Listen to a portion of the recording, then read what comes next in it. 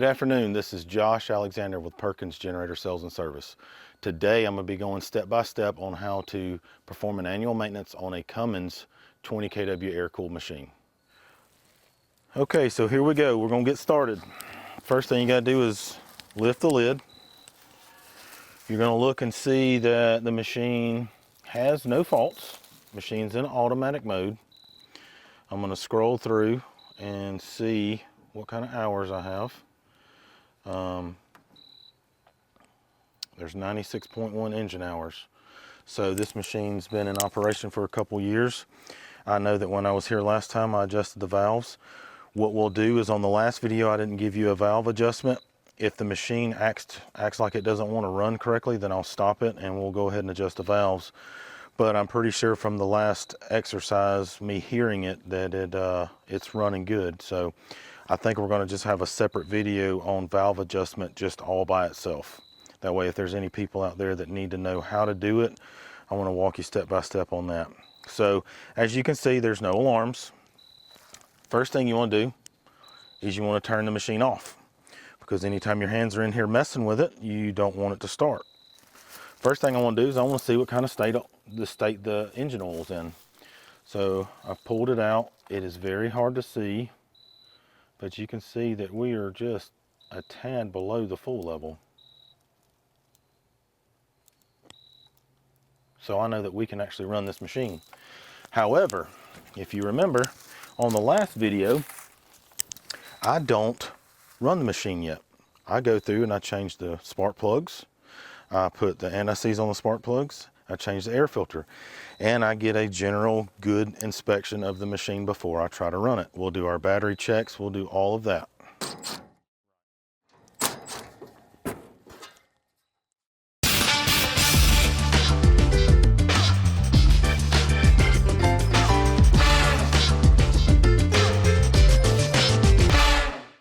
All right, so once this cover is removed, you can see, there's not a whole ton of room, but there's enough room for you to get to your air filter. You can add oil, but you can add oil through the cover. Of course, you've seen where I checked it. There are covers on this side and on the back side to where it gives you access to the spark plugs. So I'm going to remove those now.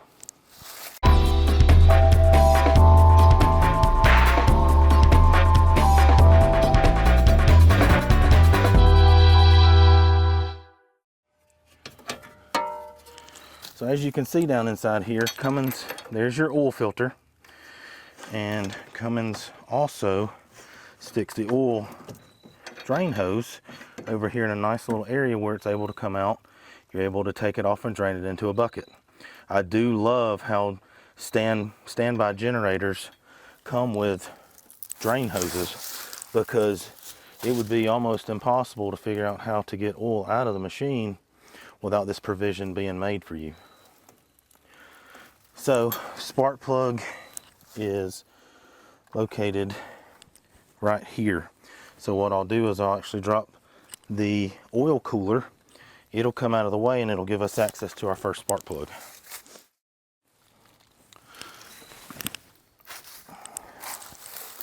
As you can see, all I did was just basically drop the oil cooler right out of the way. It gives us access to our #1 spark plug. I'm going to pull that guy out and give it a good read.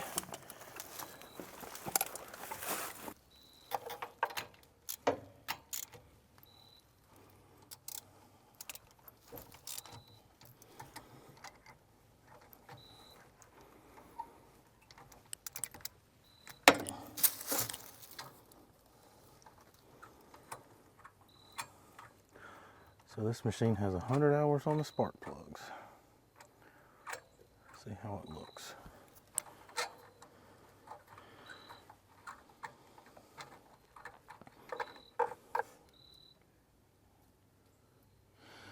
So as you can see here, these spark plugs are in really good shape. They've been firing. There's no oil up and down the threads.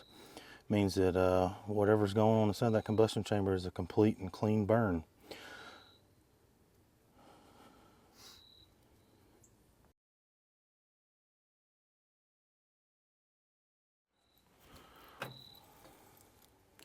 Doesn't take a whole lot of it.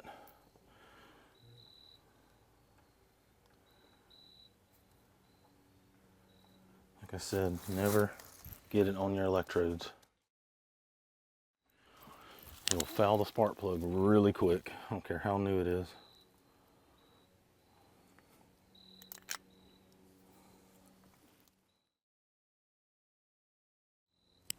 Tell you what, that anti-seize makes spark plugs go back in a lot easier. All right, so there is cylinder one. I'll hang the oil cooler back up out of the way. We'll go over to the back side, open it up, and I'll do cylinder two.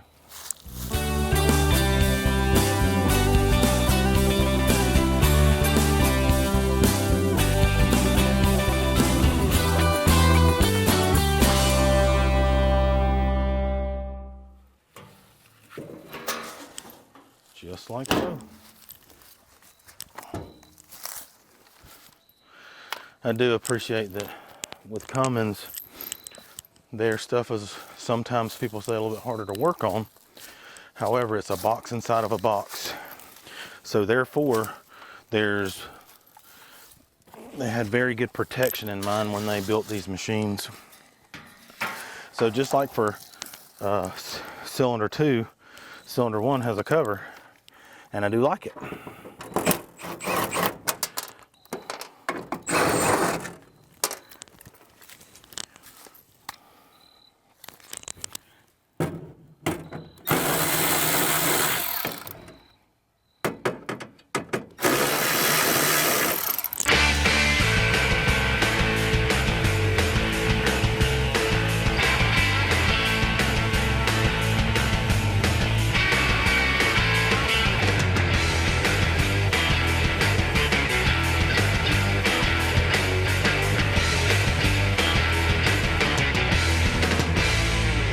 Again, spark plugs look very good, but with this being an annual maintenance, we change out everything: spark plugs, air filter, oil and oil filter. We test it. We're gonna go through the whole process just like we did for the Generac. But yeah, that looks really good. What's nice about these spark plugs is you don't have to gap them. They don't make a gap tool that's going to get in there for all three of these. So these spark plugs are not gapped in your traditional sense where it's this gap direction. The gap on these are in between where this stops and you go to your anode. So cathode to anode all the way around. So in there is your actual gap. And they come pre-gapped already, so very nice. We also use Cummins parts as well. It's hard to go wrong when you're using OEM stuff, when you know what it's built with.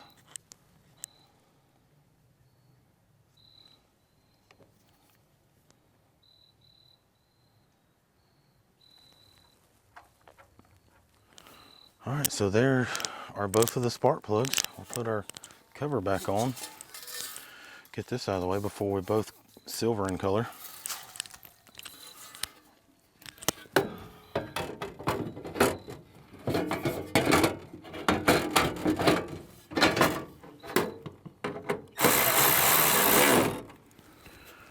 All right, so there's that. Now we're going to do the air filter.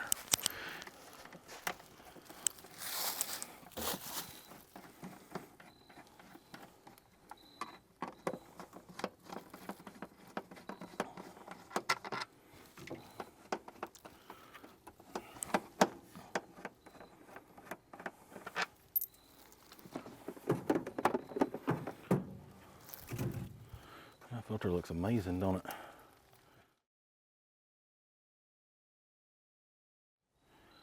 All right, so folks, when you're looking at an air filter, yeah, you're gonna tell by looking at the surface of this if it's dirty or not, if you have blow by or not.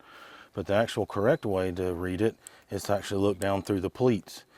Through the pleats is how you're gonna see if the air filter's catching debris or not. And there is debris down on the inside.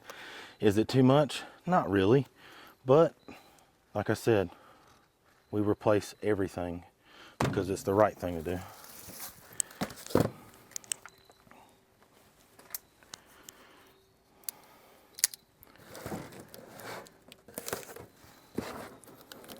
Once again, Cummins factory parts.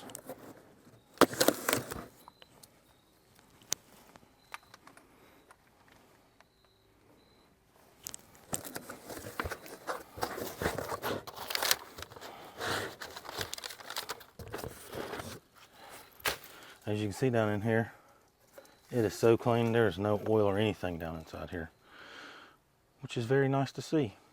Lets you know that number one, the filter's doing its job because it's clean inside of there. But number two, if there's no oil or anything on the inside, then it would tell me that the machine doesn't have too much blow-by. And every engine has blow-by.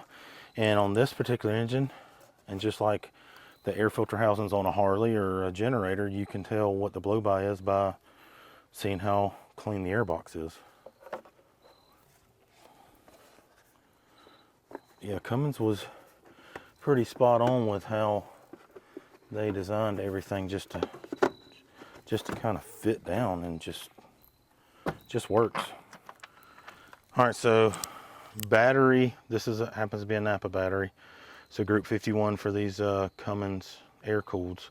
When I was in training, they'd actually have this tray removed out and it had a gigantic group 31 battery in there. So whenever this guy goes bad or gets time to replace, I'll be putting a gigantic battery in here, and they're saying it could be 10 years plus before you need a battery in that. Costs more, but you take 10 years and divide it out, it's not costing that much per year.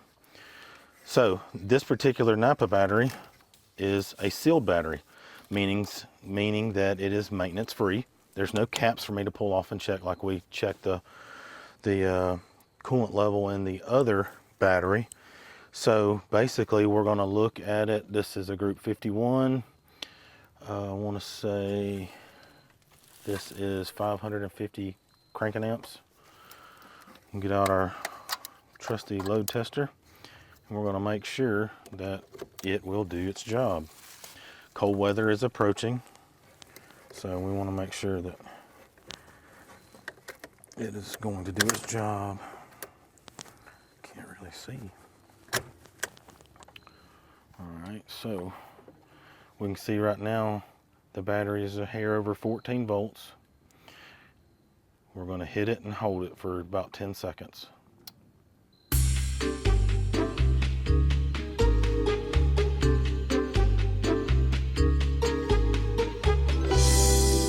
Well over 600. So when this guy loads down, you have these steps. Well, each step has a representation of the cranking amps. So we were in between 600 and 800. So this battery is still in very good shape, so we're not going to replace it.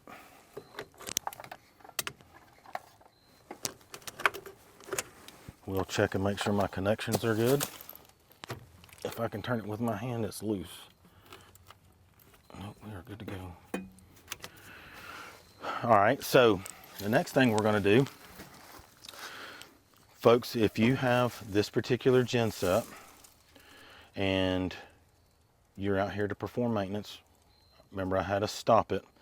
With this particular genset, whenever you run it in manual, it will transfer the load.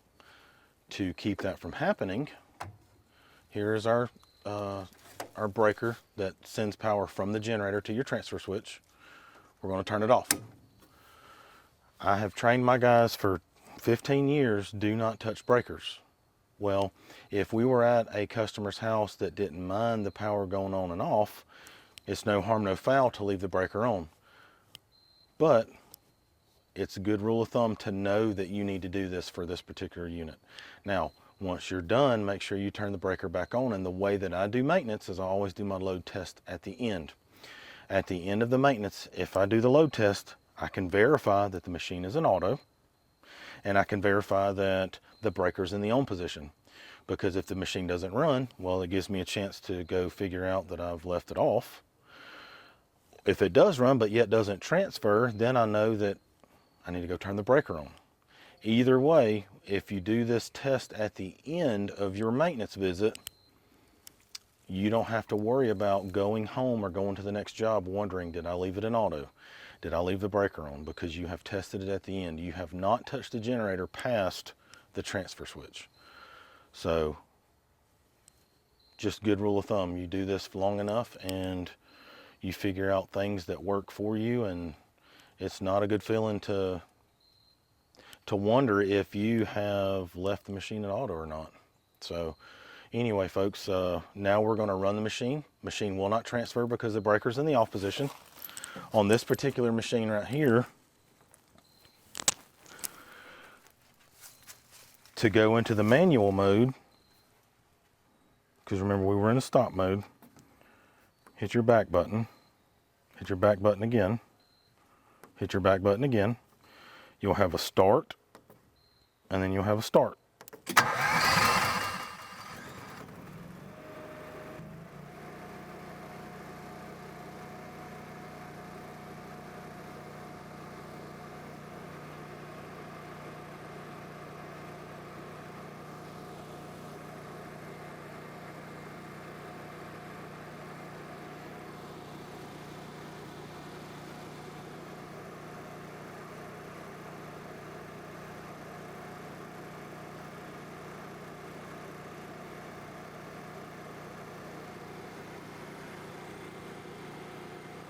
All right, so we're back to do the oil change. I've already stopped the unit. Raise the lid. It actually says that it is remote is disabled, standby is disabled, and of course you guys can't hear the machine. Genset stopped. Now, remember, like I said, whenever we manually run these units, the breaker has to be in the off position or we transfer. Me personally, I don't like for that switch to work unless I'm standing there with it. That way I can verify everything was good going before and after the transfer. So now the machine stopped, we're going to turn the breaker back on, and I'm not going to touch it anymore. We're going to close that, and it is going to be done. Now, it'd be kind of fun to video this, but basically oil filter's right here and it's hot. So I'll make a little bit of a mess. Go ahead and throw some napkins down in here because it is going to leak oil.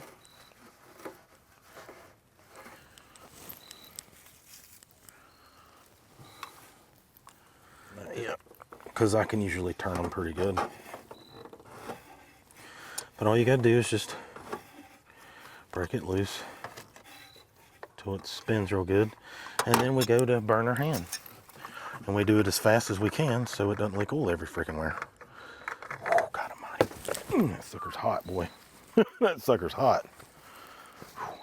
All right, so what I do at this point is I just go on and let it drip. I got my rag down at the bottom. We're going to clean the unit up like we normally do anyway. So I'm just going to go ahead and let it drip, let the rag catch it. When it gets done dripping, I'll wipe it up and I'll put the new filter on. With this particular machine, like on the Generac, you've seen me go ahead and fill the filter all the way up with oil. With this one, I won't put but just a little bit of oil in it. I still put oil in it even though there's a chance it's going to run out. I'd rather know that there's actually oil in the filter first. It's already in a mess, or there's already a mess to clean up, so it's not that big of a deal. Not when it comes into knowing that there's oil in the filter before you go and run it. So what I'm doing here, folks, is I am putting oil inside of a dry filter. What that's going to do is that's going to ensure that when I go to start this engine back up, that there's at least oil in the filter already. The engine won't be completely dry. Two reasons. One, I put oil in the filter. Reason two, we've just ran the machine. Everything's good and hot. There is still oil in between all the metal surfaces. This is just something that you do just to try to make sure that the machine runs as long as it can. Dry starts on an engine are a bad thing.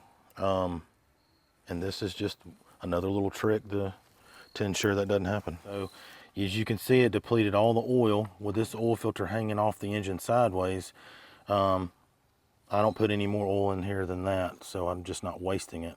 And now we just want to make sure that we lubricate our O-ring so that when we go to put it back on, it doesn't tear. And this is the new filter, right? Oh yeah, new filter here.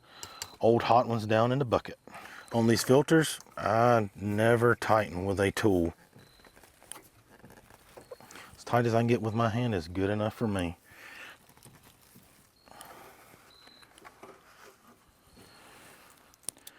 Just like on the Generac, you want to torque these oil caps too. This machine has to run for several hours on end. You want to make sure that it doesn't jump off, because these machines will sling oil out.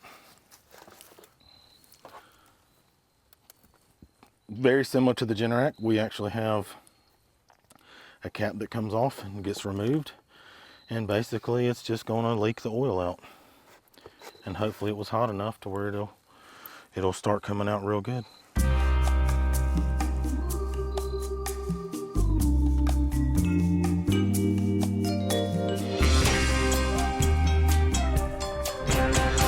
We are down to the drips now.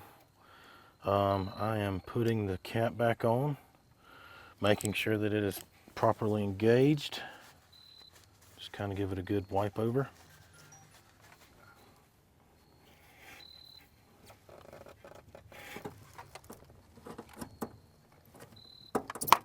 It's kind of tough the way it goes back in there, but once it's in there, it is in there. No mess. I've already cleaned up my mess. We can put this outer cover back on, and we're about to put oil in. So folks, I actually need to correct myself on this particular machine. I told you that to go ahead and turn this breaker back on, but that was incorrect. We're fixing to put oil into the machine. You have to run the machine to verify the oil level's good after oil is dispersed throughout the engine. The filter's, at full capacity. So I'm gonna go ahead and turn this breaker back off, close the door, get this tub of oil out of our way.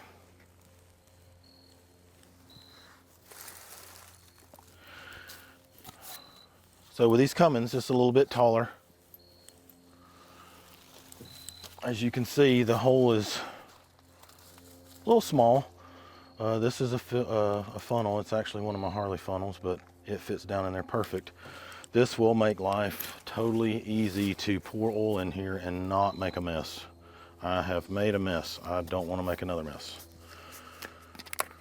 So what I always do is I will completely just pour in a quart of oil first. Kind of let it drain down, do a check. And I would recommend you guys doing the same. If you have an air-cooled machine and do not know how much oil it's going to hold, just go ahead and pour in your first quart, then give it a minute for all of it to drain down. Check your level, and we're going to do the same thing so I can show you exactly what I'm talking about. We may or may not see anything. So you see the dipstick is clean. I'll let it drain let it drain down inside the engine just a little bit. Now this is only for running sake. I don't ever run an engine unless I've checked the oil. I never crank an engine after this point until I know that it's in the cross-hatched area, and the cross-hatched area is in between the full line and the low line. What Cummins recommends is if the oil line is anywhere in this cross-hatched area, it is safe to run. So if one quart's in the cross-hatched area, I could run it. I'm not going to run it, but I could.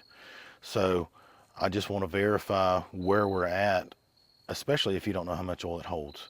We're going to pretend like I don't know how much oil this holds. So we've put a quart in.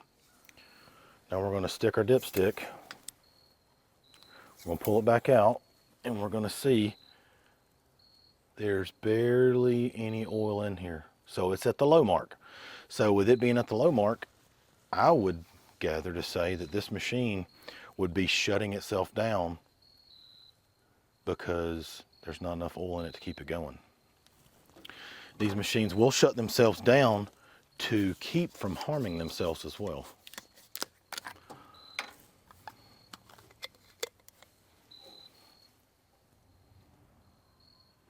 So now I've seen where it's at. I'm going to put about a half a quart in here, and we're going to look at it again. Just because it's a lot easier to add more oil than it is to take this brand new oil we just put in and drain it out.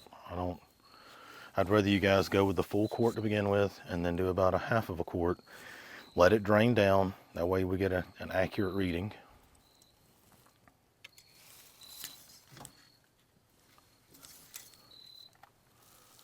And we're coming our way up the cross-hatched area just like we're supposed to. I'll go ahead and put the other half a quart.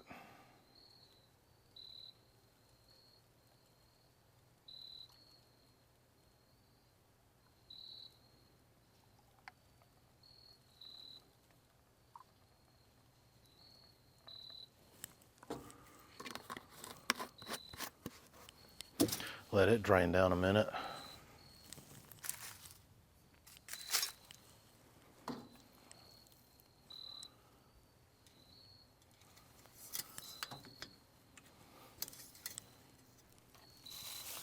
All right, so as you can see now,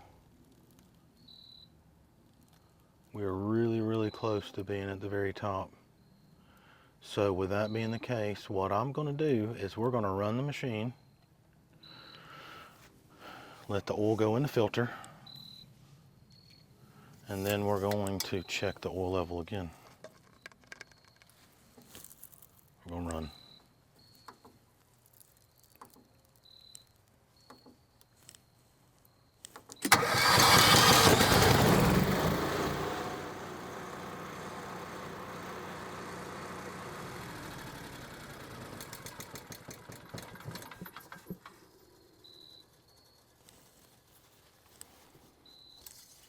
So now we're going to check it.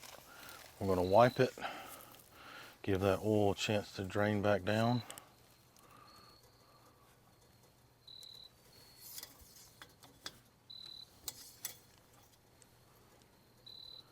And our oil level is,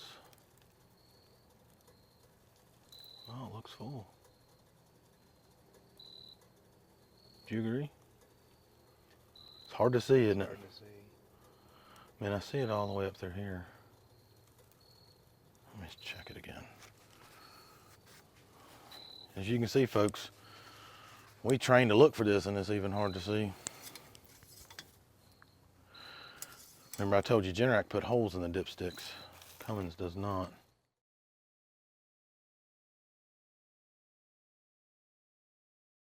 Yep. So I'm just gonna put a little bit more. This engine holds real close to 2.5 quarts. Generacs hold 1.9 to 2 quarts.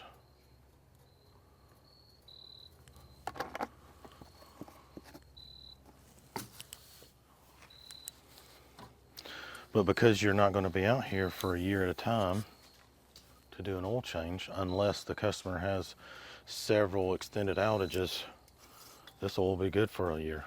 So take the time now and do it as best you can.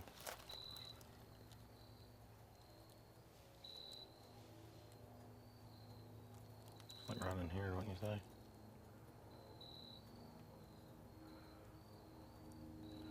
Yeah, I think that's full now. It's really close. Can you see it on the camera? I don't know. So the reason I'm turning it is so I can see the glare. Yeah, hold on. Let's see if I can get it. Turn it towards me.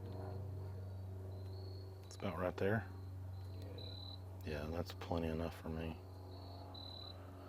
So the Cummins air cooled holds in between 2.25 to 2.5. I wouldn't say 2.5, maybe 2.125 to 2.25 quarts.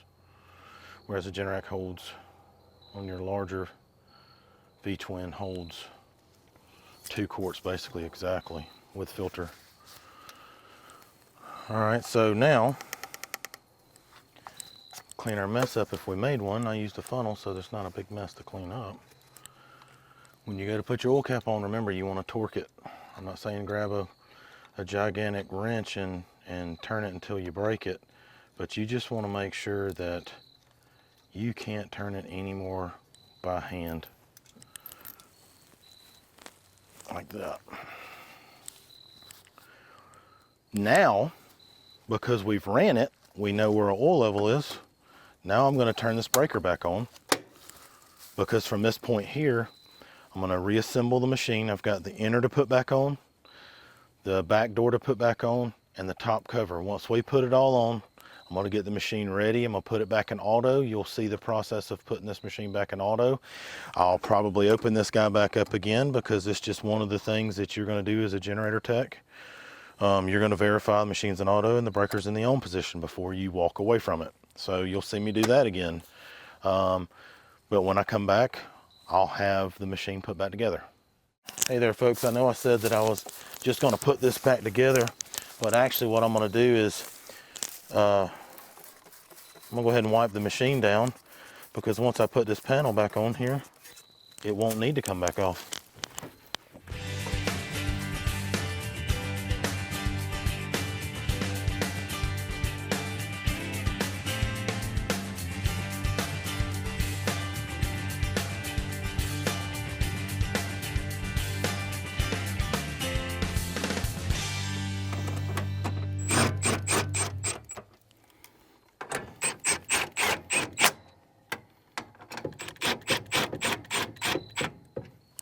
All right, folks, so as this machine's running, to give you kind of a better illustration and example of what I'm talking about, for this particular machine, fresh air comes in on this side. It's louvered with our outer door.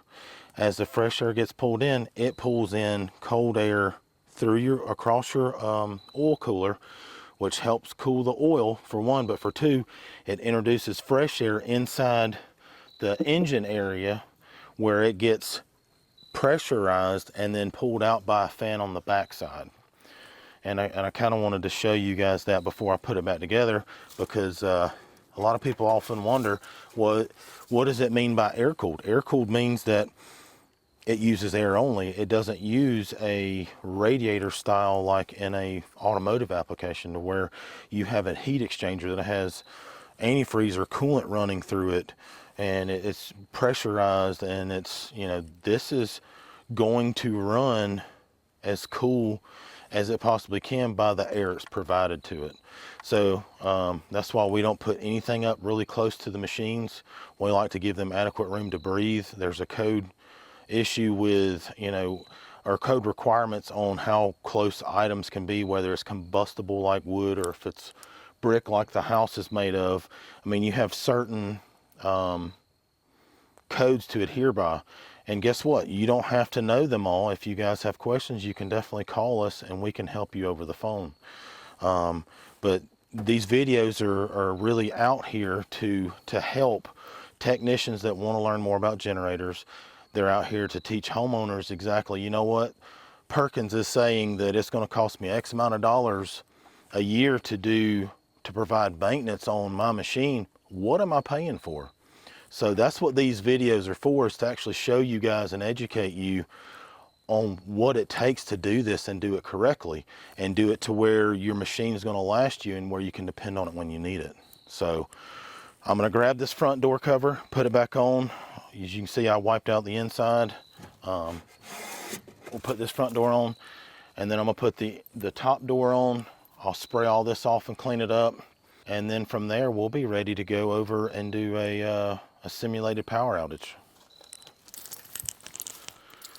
All right, folks, we're at a point now to where machine's wiped down, everything is good to go, and we want to go do our load simulation. So what we're going to do now is we're going to hit our mode. We'll hit the back.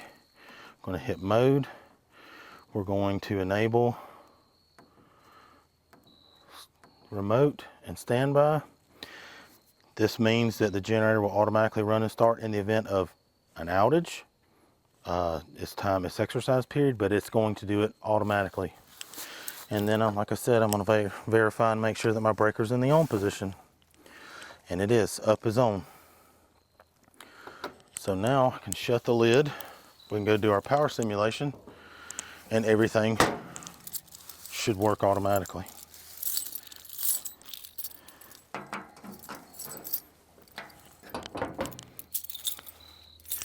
Okay, folks, so we've been doing a lot of discussions as far as how far we would want homeowners to go doing a power simulation.